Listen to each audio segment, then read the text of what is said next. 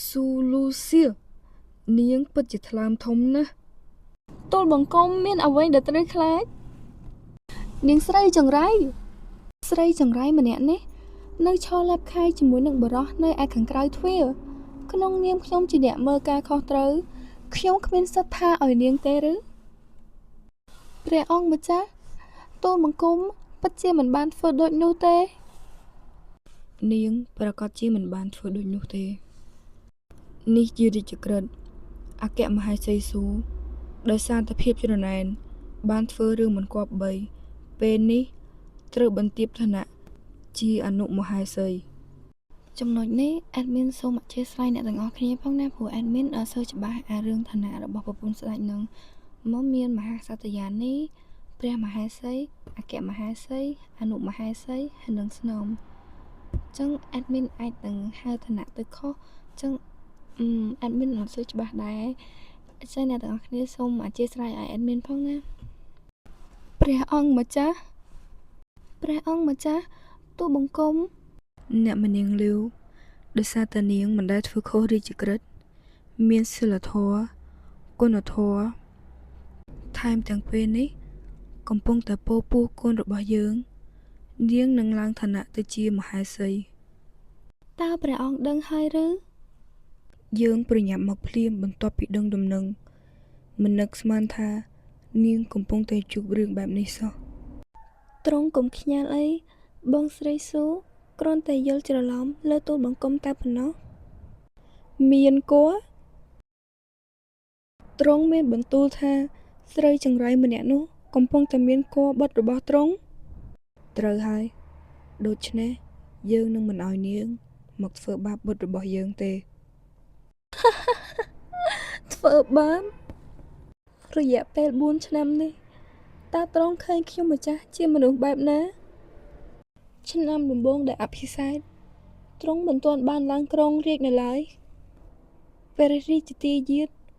បានដាក់ថ្នាំបំពុលទ្រង់នៅក្នុងស្រានៅពេលដែលមានពិធីជប់លៀងក្នុងបរមរាជវាំង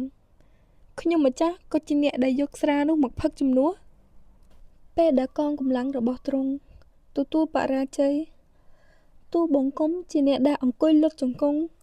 នៅកណ្ដាលព្រើលពេញមួយយប់ដើម្បីសុំអង្វរដល់បិតានិងបងប្រុសទូលបង្គំបញ្ជូនកងកម្លាំងទៅជួយព្រះអង្គពេលថ្ងៃគ្រងរាជ្យមានអ្នកបះបោរមានគម្រោងចង់យកដាវមកចាក់សម្លាប់ទ្រង់ទូលបង្គំក៏ជាអ្នកដែលយករាងកាយទៅបាំងជំនួសតើទាំងអស់នេះទូលបង្គំធ្វើមិនគប្បីចំពោះទ្រង់ឬយើងយានសូមព្រះអង្គព្រះរាជទានទោសឲ្យបងស្រីស៊ូផងគ្រួសាររបស់បងស្រីមានឋានៈខ្ពង់ខ្ពស់បើពួកគាត់ដឹងថាបងស្រីទទួលរឿងអយុត្តិធម៌បែបនេះខ្ញុំខ្លាចក្រែង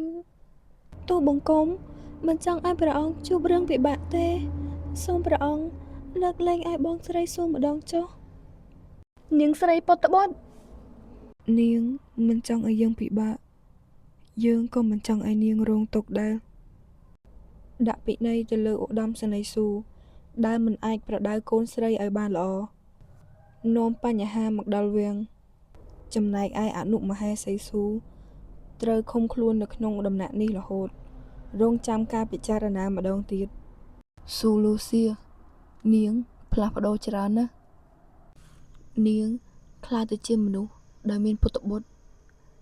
នាងមិនមែនមនុស្សដែលយើងស្គាល់ពីមុនទេ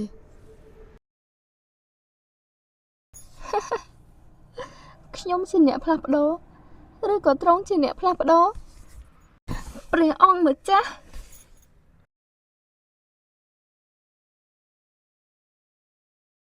host កំពុងតែចូលដំណើរការ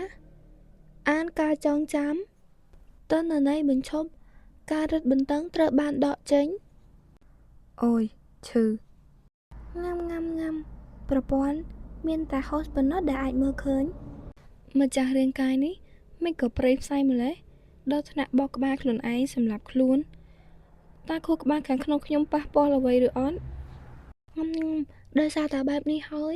ទើបប្រព័ន្ធឲ្យ host មកចូលរាងកាយនេះ ដើម្បីតែបញ្ច្រាស់ជោគវាសនានិងសងសឹកឲ្យនាងដោយហេតុផលដែលមិនអាចបកស្រាយបានខ្ញុំស៊ូលូសៀមានភារកិច្ចធ្វើដំណើរ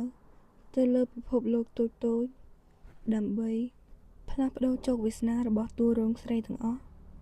ដែលត្រូវបានគេប្រើគេជិះជាន់និងធ្វើជាឈ្នាន់ដើម្បីជ័យជំនះរបស់គេពេលដែលខ្ញុំធ្វើភារកិច្ចនោះបានសម្រេចខ្ញុំនឹងទទួលបានរង្វាន់ជាឆ្នោតនៅក្នុងប្រព័ន្ធភារកិច្ចដែលមានយើងជាអ្នកធ្វើមួយណាក៏មានអត្រាជោគជ័យ 100% ដែរតែជាដំបូងត្រូវតែមើលព័ត៌មានផ្ទៃក្នុងពិភពលោកនេះសិន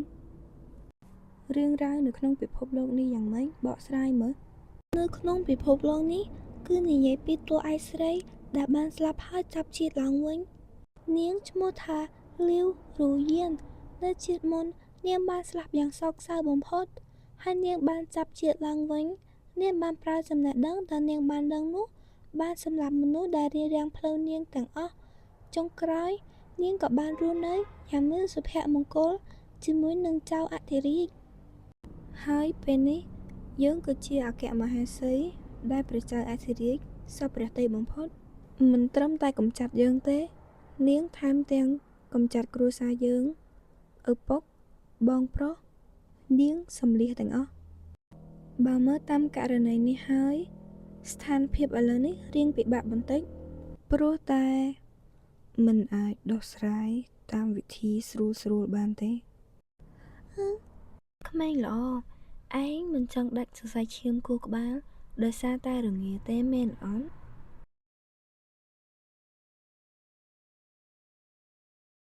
ផ្សិតប្រែកាយញ៉ាំហើយអាចបន្លំខ្លួនធ្វើជាឯកសារបាន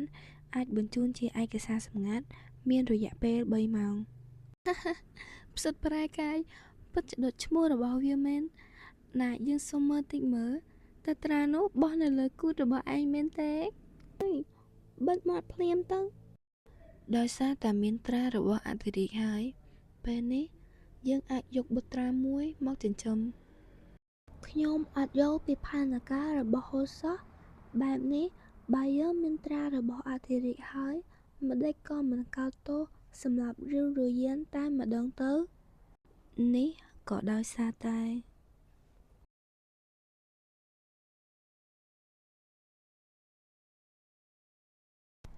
ហូសមួយនេះមើលទៅយ៉ាងម៉េចដែរអត់ទេមួយនេះមើលទៅសប្បាយពេកយើងមករើសព្រះអង្គម្ចាស់មិនមែនមករើសក្រុមកំ pl ែងទេហើយចុះមួយនោះដែលនៅចិត្តគេវិញងាប់ស្គងកំប្រឹងយកមកខ្លាច់ត្រឡប់មុនឡើងសោយរាជតើអញ្ចឹង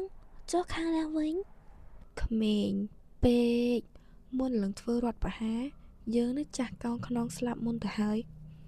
អញ្ចឹងមួយនេះពិតជាស័ក្តិសមបំផុតហើយអូឯងហ៊ានសំបីតែឲ្យយើងទៅយកកូនរបស់អគ្គមហេសីមកចិញ្ចឹមបែបនេះមិនទាន់បានផ្ដើមគម្រោងការទេអាចនឹងអតិមុនទៀតផងហូសនេះមករើសកូនណាមិនមែនមករើសបន្លែសាច់តាមផ្សារនោះទេដឹងហើយអញ្ចឹងយើងរើសម្នាក់នោះ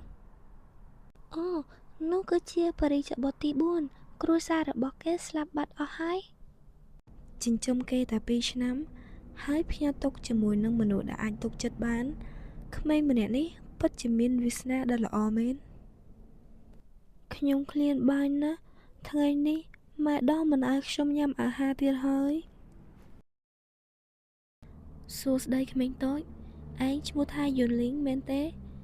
យើងឈ្មោះស៊ូមកពីដំណាក់រុងរឿងអូខ្ញុំសូមគោរពអ្នកម្នាងស៊ូសូមថ្វាយបង្គំអ្នកម្នាងស៊ូឋានៈរបស់ស៊ូលូសៀននឹងជាតំណែងស៊ូហ្វេហើយស៊ូហ្វេនឹងបកប្រែអង់គ្លេសទៅជា Sophie វាមានន័យថាមនុស្សស្រីសម្រាមអត់សូវមានតម្លៃអញ្ចឹងបានអាកូនកណ្ដុរនឹងសើចបើសិនជាខុសអីអាច comment ប្រាប់ admin ផងណាឯងចង់ដាច់សរសៃឈាមខួរក្បាលម្ដងទៀតឬអត់ទេព្រះចៅអធិរាជ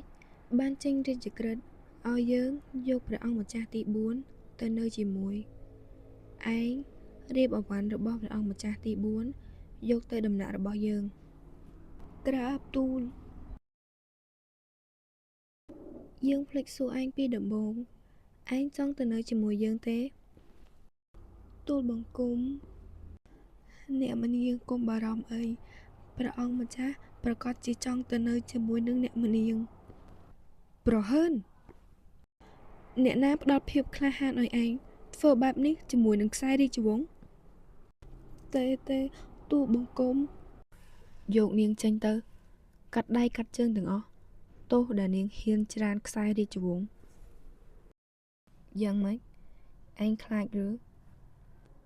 អត់ទេត្រូវចាំទុកឯងជាកូនរបស់អធិរាជ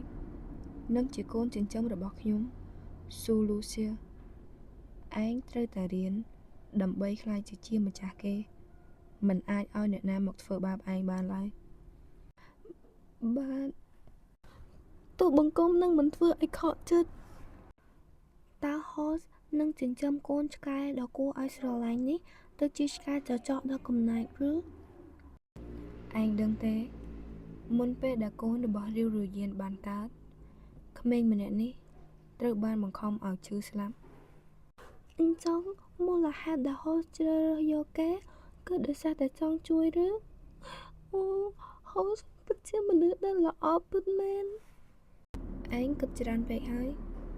ក្មេងដែលនៅដំណាក់នោះទាំងអស់សុទ្ធតែមានឱកាសអាចប្រឆាំងជាមួយនឹងកូនរបស់រាវរយានបែបនេះបើជ្រើសរើសអ្នកដែលគ្មានសិទ្ធិតាំងពីដំបូង